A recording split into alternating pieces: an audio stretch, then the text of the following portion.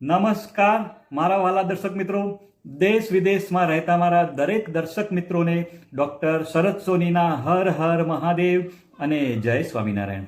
મિત્રો, આજના વિડીયોમાં આપણે વાત કરવાના છીએ કે આપણે એવી 5 વસ્તુઓ વિશે કે જેને તમે બીજી વાર જો તમે એને ગરમ કરો છો અથવા જો તમે એને વારંવાર ગરમ કરો છો તો એ આપણા સ્વાસ્થ્ય માટે નુકસાનકારક સાબિત થઈ શકે છે.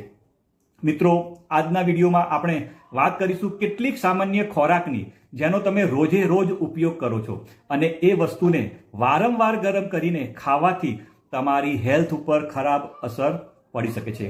તો મિત્રો, આજના વિડીયોમાં હું તમને 5 એવી વસ્તુઓ વિશે જાણકારી આપવાનો છું જેનો તમારે વારંવાર ગરમ ન કરવી જોઈએ.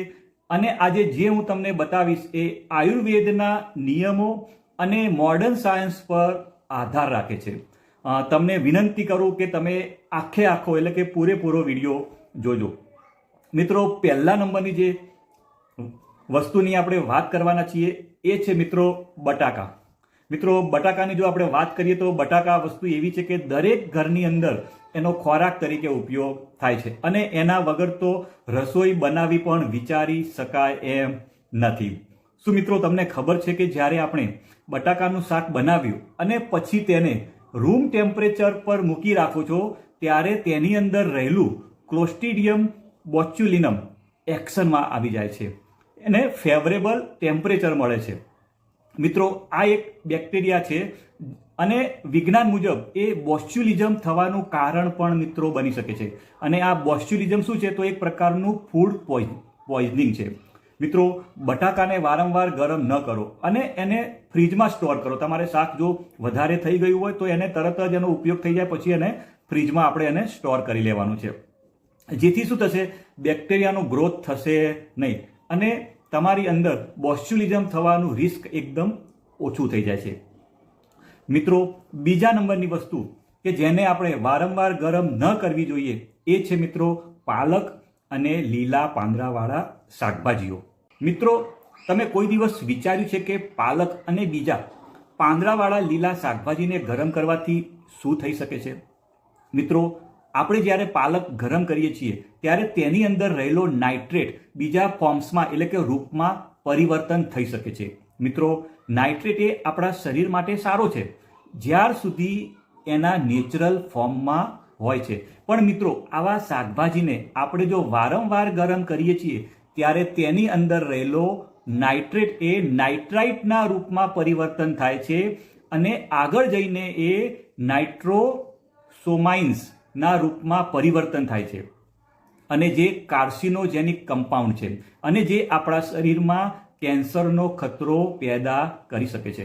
એટલે મિત્રો, તમને મારી સલાહ એ છે કે તમે પાલક અથવા લીલા પાંદડાવાળા શાકભાજી હોય છે તો એને તમે ફ્રેશ જ ખાઓ અથવા એક જ વાર ગરમ કરીને ખાઈ શકો છો અને વારંવાર ગરમ કરીને ખાવાનું આપણે નથી. મિત્રો, ત્રીજા નંબરની આપણે જો વાત કરીએ તો એ છે આપણે ચોખા. મિત્રો, આપણે ભાત વિશે વાત કરીએ તો એવો ખોરાક છે કે જે દરેકના ઘરમાં બને છે. મિત્રો, આપણે જ્યારે ચોખા એટલે કે આપણે ભાતને રાંધીએ છીએ ત્યારે ચોખામાં રહેલો એક છુપો બેક્ટેરિયા જેનું નામ છે બેસિલસ સીરિયસ. અને મિત્રો, આ બેક્ટેરિયા આપણા શરીર માટે હાર્મલેસ એટલે કે નુકસાન નથી કરતા, પણ તમે ભાતને બરાબર સ્ટોર કરતા નથી તો તે બેક્ટેરિયા મલ્ટીપ્લાય થવાના શરૂ થઈ જાય છે અને આ બેક્ટેરિયા બીજી વાર ભાતને ગરમ કરો તો પણ જીવતા રહી જાય છે અને ફૂડ પોઈઝનિંગનું કારણ બની શકે છે. ધારો કે મિત્રો, તમે રાત્રે ભાત બનાવ્યા છે અને રાત્રે બરાબર સ્ટોર કર્યા નથી અને સવારે તમે ગરમ કરીને ખાઓ છો તો તમે તમારા સ્વાસ્થ્ય પર જોખમ કરી રહ્યા છો. મિત્રો, આનો ઉપાય એ છે કે ભાત બનાવ્યા પછી અને તમે ખાધા પછી જો ભાત વધ્યા હોય તો તેને તરત જ ફ્રીજમાં મૂકી દો, જેથી બેક્ટેરિયા મલ્ટીપ્લાય ન થઈ શકે. અને એવો પ્રયત્ન કરો કે માપસરના જ ભાત બનાવો જેથી એક જ વારમાં પતી જાય, તમારે એને સ્ટોર કરવાની જરૂર પડે નહીં. મિત્રો, જે ચોથા નંબરની વાત છે એ છે મિત્રો કુકિંગ ઓઇલ એટલે ખાવાનું તેલ. મિત્રો, શું તમે જાણો છો ખાવાના તેલને વારંવાર ગરમ કરવાથી એના અંદર ટ્રાન્સ ફેટનું લેવલ વધી જાય છે. મિત્રો, એકના એક તેલને વારંવાર ગરમ કરવાથી કેમિકલ ચેન્જ થવા લાગે છે અને આ ચેન્જીસ એના મોલેક્યુલર સ્ટ્રક્ચરને બદલી નાખે છે અને એના લીધે તેલની અંદર ટ્રાન્સફેટની માત્રા વધી જાય છે. મિત્રો, હવે જો ટ્રાન્સફેટ વિશે વાત કરું તો આ એકદમ ખરાબ ફેટ હોય છે અને લોહીની નસોમાં ચોંટી જાય છે અને બ્લોકેજ પેદા કરે છે. મિત્રો, વારંવાર તેલને ગરમ કરીને ખાવાથી તમારા પરિવારના લોકોમાં હાર્ટ ડિઝીઝનું રિસ્ક વધી જાય છે. આનો ઉપાય એ છે કે તમે તેલને બીજી વાર ગરમ ન કરો અથવા તળવા માટે થોડાક જ તેલનો ઉપયોગ કરો. મિત્રો, જે 5મા નંબરની અને જે છેલ્લી વસ્તુની આપણે વાત કરવાના છીએ એ છે મિત્રો ચા. મિત્રો, ચા વિશે આપણે વાત કરીએ તો ઇન્ડિયામાં, ભારતમાં, વિદેશમાં પણ વાત કરીએ તો દરેક લોકોના ઘરમાં સવારે અને બપોરે તો ચા બનતી હોય છે અને બધા જ લોકોને ચા પીતા હોય છે અને ચા વગર ઘણા લોકોને તો ચાલતું પણ નથી.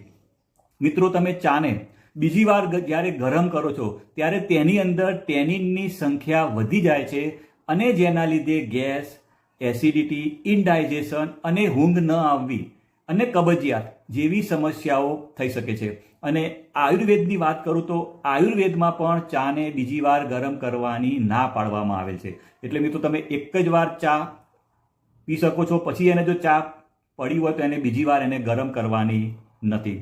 મિત્રો, તમે મને શાંતિથી સાંભળ્યો એ બદલ તમારો ખૂબ ખૂબ આભાર અને મને વિશ્વાસ છે કે તમને મારો આ વિડીયો પસંદ આવ્યો હશે. અને જો તમને આ વિડીયો પસંદ આવ્યો હોય તો લાઈક કરવાનું ભૂલતા નહીં.